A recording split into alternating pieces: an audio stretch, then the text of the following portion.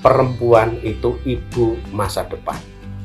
Jadi kalau perempuan tercapek-capek hidupnya dan hatinya, manusia masa depan tercapek-capek hidupnya dan masa depannya. Maka perempuan harus percaya diri, terdidik, bahagia, dan mempunyai martabat. Perempuan perlu cerdas.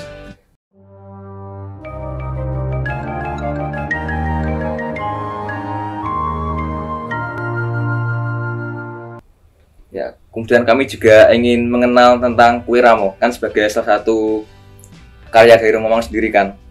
Nah, ini sebenarnya apa yang latar belakangi berdirinya kue ramo? Ini ya, Romo Mangun itu tidak ingin bahwa membuat kader. Romo Mangun masing-masing imam itu harus menjadi unik, menjadi dirinya sendiri. Ya. Dia tidak ingin mengkader ada imam yang akan melanjutkan. Pada titik tertentu Romo Mangun pernah mengatakan ketika diwawancarai, Romo, nanti kalau karya-karyanya Romo Mangun ini sudah Romo Mangun wafat, apa yang dilakukan? Ya terserah yang hidup, mau dibubarkan ya terserah, mau diapakan terserah. Karena Romo Mangun tidak ingin membuat monumen.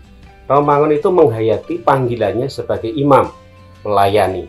Nah, setiap imam bisa mengambil pilihan. Tapi satu hal yang Romo Mangun pesankan, apapun karya itu imam, boleh itu baik, tetapi jangan meninggalkan orang miskin. Yang kedua, bela rasa kepada orang-orang yang menderita, itu sangat penting. Maka Kuera ini dulu menjadi rumah tinggal sana keluarganya Romo Mangun. Di sini ini lalu tanah yang akhirnya dibeli Romo Mangun tambah belakang untuk mendidik para orang muda, mendidik dalam artian Romo Mangun itu berdialog ya. Pernah ada relawan dan bahkan orang-orang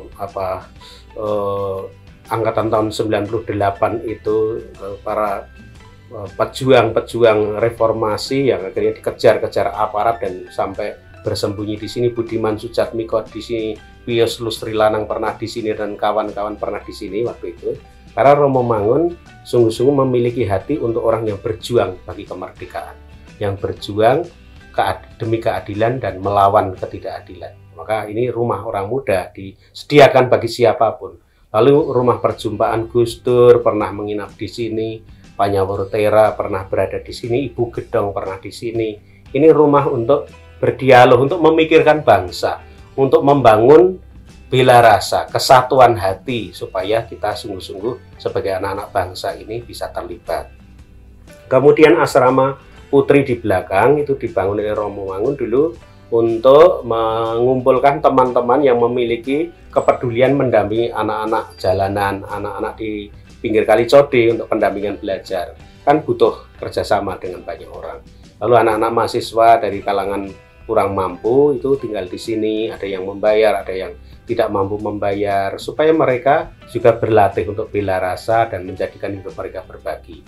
Karena kadang orang miskin itu merasa hidupnya tidak mempunyai banyak potensi untuk berbagi, harga dirinya rendah. Romo Mangun lalu meletakkan di sana asrama perempuan itu, karena yang setia itu perempuan. Yang kedua yang dipikirkan oleh Romo Mangun membuat asrama perempuan itu bukan karena laki-laki terus membuat asrama perempuan. Romo Mangun pernah juga membuat panti asuhan perempuan karena apa? Perempuan itu ibu masa depan. Jadi kalau perempuan tercapek-capek hidupnya dan hatinya, manusia masa depan tercapek-capek hidupnya dan masa depannya. Maka perempuan harus percaya diri, terdidik, bahagia, dan mempunyai martabat. Perempuan perlu cerdas. Bahkan pernah mengatakan kalau laki-laki itu sedikit pencoleng terserahlah itu. Tapi perempuan tidak bisa, karena perempuan adalah ibu masa depan. Perempuan yang tidak bahagia, masa depan anak-anak bangsa tidak bahagia. Maka itu yang dirintis ya, lalu mendampingi anak-anak perempuan dalam rangka itu. Kedua, korban pelecehan, korban human trafficking yang paling berat, yang paling besar jumlahnya itu perempuan. Maka Romo Mangun memiliki hati itu karena memikirkan masa depan bangsa. Maka bidiannya ada pilihan, dan pilihannya mendampingi teman-teman perempuan. Selain di sini juga menjadi rumah perjumpaan bagi siapapun. Itu lalu rumah ini setelah Romo Mangun wafat pernah menjadi kantor yayasan, tapi yayasan waktu itu tersandung kasus hukum bertahun-tahun, lalu menjadi kantor untuk pelayanan sekolah Mangunan. Lalu mulai tahun 2012 Bapak Uskup mengembalikan rumah ini supaya dikelola dengan baik, mulai sedikit dipikirkan renovasi. Tahun 2017 kami merenovasi rumah ini.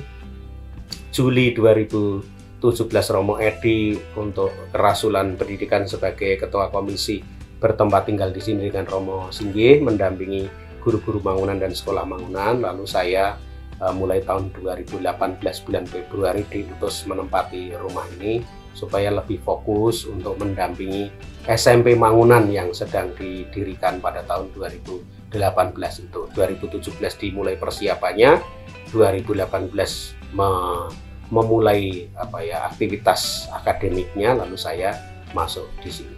Itu latar belakangnya. Lalu sekarang ini rumah ini menjadi rumah kebangsaan, siapapun boleh belajar di sini. Kami berada di sini untuk belajar. Lebih banyak belajar. Romo Mangun mengajarkan kita, imam, umat, siapapun berjumpa untuk belajar sepanjang hayat.